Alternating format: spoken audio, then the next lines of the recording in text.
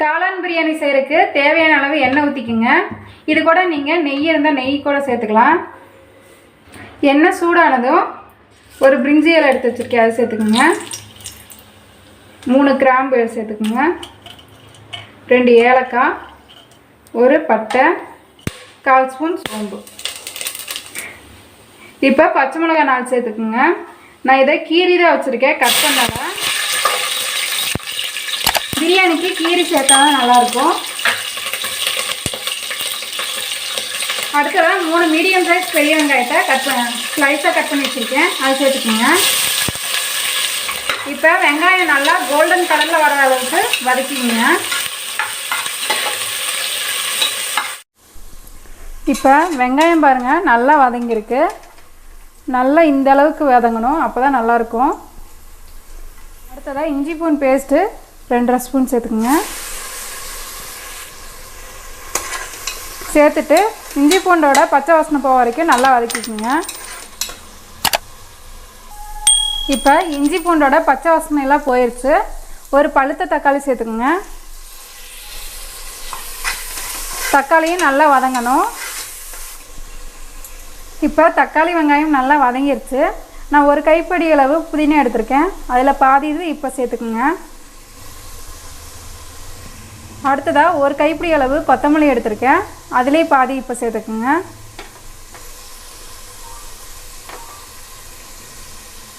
சேர்த்துட்டு நல்லா வதக்கி விட்டுக்குங்க.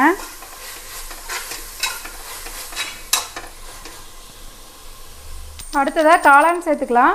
நான் 2 பாக்கெட் காளான் எடுத்து சுடுதண்ணியில் நல்லா வாஷ் பண்ணி வச்சுருக்கேன், அதை சேர்த்துக்குங்க. சேர்த்துட்டு எண்ணெயிலே நல்லா வதக்கிக்கலாம். இப்போ நல்லா வதக்கியாச்சு. 1/2 ஸ்பூன் மிளகாத்தூள் சேர்த்துக்குங்க. 1/2 ஸ்பூன் தனியாத்தூள் சேர்த்துக்குங்க. 2 ஸ்பூன் கடையில் வாங்கினா பிரியாணி மசாலா, அது சேர்த்துக்குங்க.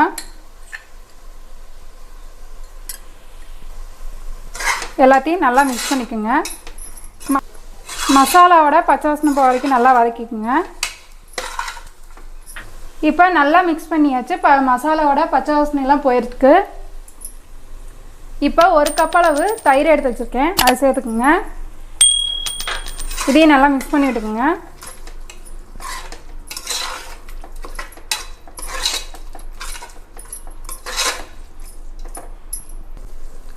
பிரியாணிக்கு தேவையான உப்பு சேர்த்துக்குங்க.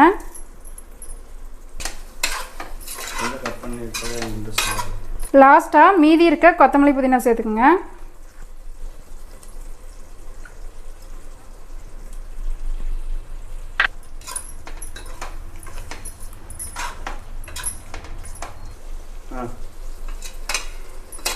இப்போ எண்ணெயெல்லாம் நல்லா பிரிஞ்சு வந்திருக்கு, மசாலா ரெடி ஆயிடுச்சு.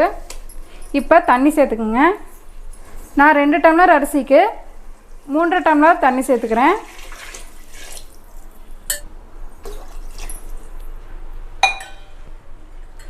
சேர்த்துட்டு நல்லா மிக்ஸ் பண்ணி விட்டுக்குங்க. மிக்ஸ் பண்ணிட்டு லாஸ்ட்டாக உப்பு இருக்கான்னு பார்த்து செக் பண்ணிக்கோங்க. இப்போ உப்பு மசாலா எல்லாமே கரெக்டாக இருக்குது. அடுப்பை மீடியம் ஃப்ளேமில் வச்சு கொஞ்ச நேரத்துக்கு இருக்கட்டும். எண்ணெயெல்லாம் நல்லா பிரிஞ்சு வரணும். அதுக்கப்புறம் கொதிக்கும் போது ரைஸ் சேர்த்துக்கலாம். இப்போ தண்ணி நல்லா கொதிச்சுட்ருக்கு. அரிசி சேர்த்துக்குங்க.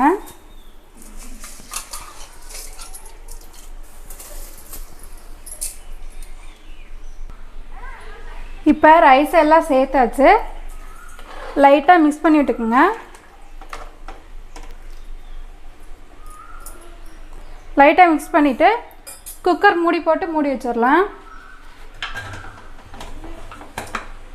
மூடி போட்டு மூடி வச்சு ஒரு 2 விசில் விடுங்க, கரெக்டாக இருக்கும். விசில் வந்ததுக்கப்புறம் எப்படி இருக்குன்னு பார்க்கலாம்.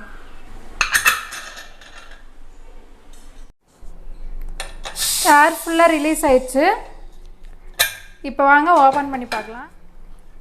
வாவ், சூப்பராக ரெடியாக இருக்குது ஃப்ரெண்ட்ஸ். பார்க்கவே சூப்பராக இருக்குது.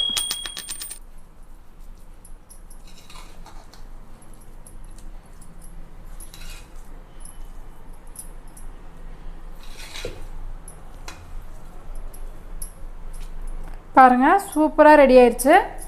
பார்க்கவே கலர்ஃபுல்லாக இருக்குது. வாங்க எப்படி இருக்குன்னு டேஸ்ட் பண்ணி பார்க்கலாம். வாவ், ஸ்மெல்லே செம ஸ்மெல்லாக இருக்குது. மஷ்ரூம் பிரியாணி. நம்ம வீட்டிலே செஞ்சது சூப்பராக இருக்குது. நான் ஃபஸ்ட்டு காலையில் ஒரு ரவுண்டு போயிட்டேன். இது மதியானம். சரி.